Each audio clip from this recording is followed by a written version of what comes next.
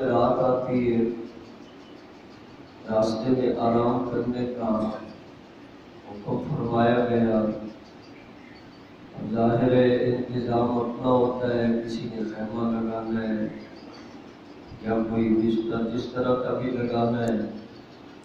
بعض حضرات کے بستر راستے میں آتے ہیں، سڑک پہ جیسے کوئی ہوتی ہے سڑک، اب وہاں آئے تو نبی اکرم صلی اللہ علیہ وسلم نے ان کو حکم فرمایا کہ ان کو کہو یہ راستہ بند نہ کریں، اس سے آنے جانے والوں کو تکلیف ہوگی اور تم تکلیف پہنچاؤ گے، اس وجہ سے تمہیں پھر جہاد کا ثواب نہیں ملے گا.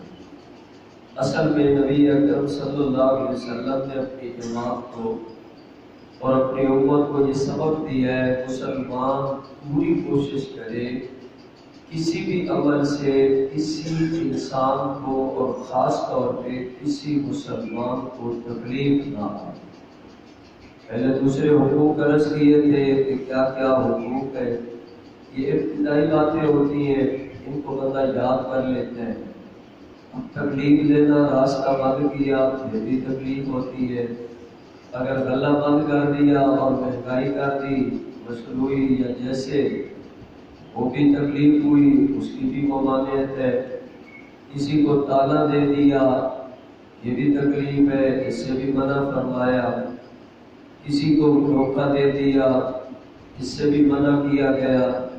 ناپ تول میں کمی بیشی کرنا، گڑبڑ کرنا یہ تکلیف ہے، اس سے بھی منع فرمایا. ملاوٹ کرنا چیزوں میں، کسی نہ کسی چیز میں کسی نہ کسی طرح ملاوٹ کر دینا، چیز کی اصلیت کو حقیقت کو خراب کر دینا یہ بھی تکلیف ہے. اب اس سے بھی نبی اکرم صلی اللہ علیہ وسلم نے منع فرمایا. کسی مسلمان کے اوپر الزام لگانا اس سے بھی منع فرمایا.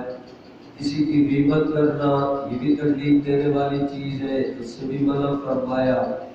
حسد کرنا یہ بھی تکلیف دینے والی چیز ہے، اس سے بھی منع فرمایا. اس طرح ایک پوری تفصیل ہے احادیث پاک میں، جیسے نبی اکرم صلی اللہ علیہ وسلم نے اپنی امت کی تربیت فرمائی ہے.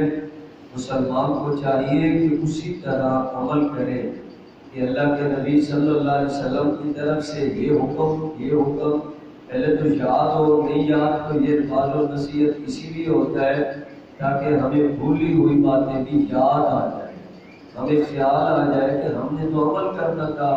تو قرآن کریم میں اللہ تعالیٰ نے فرمایا ان الذين يؤذون المؤمنين والمؤمنات بغير ما اكتسبوا فقد احتملوا بهتانا واثما مبينا.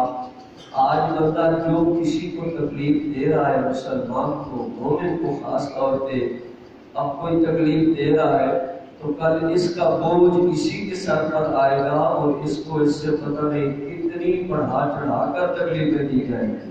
پھر اس سے بہتر ہے بندہ آج پوری کوشش کرے. قیامت کا دن تو آنے والا ہے. حضور اکرم صلی اللہ علیہ وسلم نے پھر اور بات سے بھی سمجھا دیا کہ غریب کون ہے. صحابہ کرام نے کہا یا رسول اللہ جس کے پاس مال نہیں ہوتا غریب ہوتا ہے. حضور علیہ السلام نے فرمایا یہ دنیا کا مال یہ اور چیز ہے، میں جو بات کر رہا ہوں وہ یہ ہے کہ آخرت کے اندر ایک بندہ غریب وہ شخص شمار ہوگا جو دنیا میں تو اچھے اچھے کام بھی بڑے کر کے آیا لیکن لوگوں کے ساتھ بھی ایسی زیادتیاں کی، تکلیف پہنچائی، جھوٹ بولا، غیبت کی، یہ کیا وہ کیا، گالی دی، لعنت کی، کوئی نہ کوئی ایسا کام کیا. تو قیامت کے دن وہ سارے لوگ آ جائیں گے، کہیں گے میں نے اس نے یہ کیا، اس نے وہ کیا. تو سارے لوگ اس سے مطالبہ کریں گے. تو اب پیسہ ویسا دینے کی تو وہاں چیز نہیں ہوگی، وہاں تو پھر نیکیاں دینی پڑیں گی، نیکیاں اس کو دے دی، کوئی اس کو دے دی، کوئی اس کو دے دی، کوئی اس کو دے دی.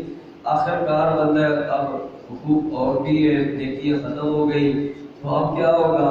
اب تو گناہ بھی لوگوں کے اس کے ساتھ ڈالنے شروع کر دیے کہ اس کا حق رہتا ہے اس کے گناہ اس کو دے دو، اس کا حق رہتا ہے اس کے گناہ دے دو. تو بندہ دنیا میں کرتا بھی رہا، آخرت میں پھر خالی کھڑا ہے، اس کے پاس کوئی نیکی نہیں اور کوئی ایسا عمل نہیں. تو سب سے زیادہ غریب حضور علیہ السلام نے فرمایا یہ انسان ہے جو قیامت کے دن اس طرح خالی ہو جائے گا اور دوسروں کے بوجھ بھی اپنے سر پہ لائے گا۔ تو بہرحال تکلیف دینے سے بندہ اپنے آپ کو بچائے، پوری تکلیف کی۔ کوئی سویا ہوا ہے تو اس کو میری طرف سے تکلیف نہ آئے، میں اس کے اندر شور نہ کروں، میں نے پڑھنا ہے تو آہستہ پڑھوں، ذکر کرنا ہے تو آہستہ کر لوں، کوئی اور عمل کرنا ہے تو میں ایسے کروں تاکہ اس کی نیند خراب نہ ہو جائے۔ تو سوئے ہوئے رات کو لوگ ڈھول بجائیں، باجے بجائیں، شور کرے اور وہ تکلیف محسوس ہی نہیں کرتے۔ کتنے لوگوں کو تکلیف ہو رہی ہوتی ہے اور کتنے لوگوں کا گناہ اس کے سر پر آئے گا، یہ تو اپنے آپ کو بڑا بڑی سمجھ رہا ہوتا ہے نا۔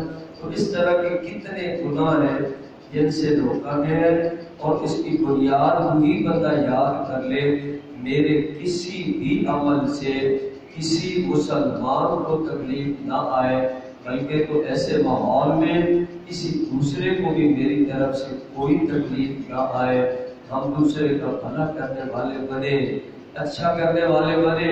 تو اللہ کے محبوب نبی نے اپنی امت کی تربیت اس طرح فرمائی ہے۔